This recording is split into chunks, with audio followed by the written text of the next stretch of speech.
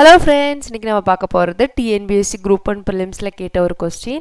If the difference between simple interest and compound interest for 3 years at 5% is rupees 183, then find the principal.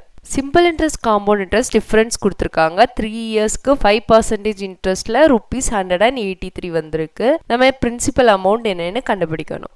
இந்த மாதிரி 3 இயர்ஸ்க்கு difference கொடுத்துருந்தாங்கன்னா அதுக்குன்னே ஒரு ஸ்பெஷலாக ஒரு ஃபார்முலா இருக்குது. Difference equal to P into R by 100 the whole square 300 plus R by 100.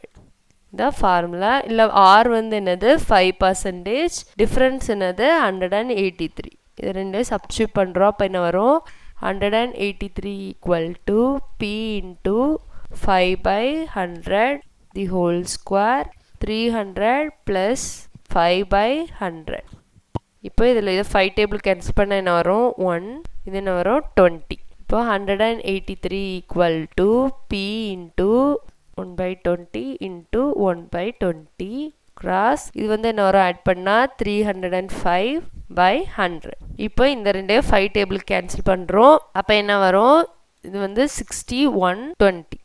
Next இது எல்லாத்தையும் இந்த பக்கம் கொண்டு வரோம். அப்போ என்ன வரும் P equal to 183 into 20 into 20 into 20 divided by 61. இப்போ இந்த 61 இதையும் கேன்சல் பண்ணுறோம். இப்போ என்ன வரும் 1ல இது வந்து இதில் வரும் 3ல. இப்போ இதை மல்டிப்ளை பண்ணுறோம். 3 into 20 என்ன வரும் 60. 20 into 20 என்னது 400. இப்போ 400 into 60 என்ன வரும் 24,000. ஆன்சர் என்னது 24,000. Like, share and subscribe friends.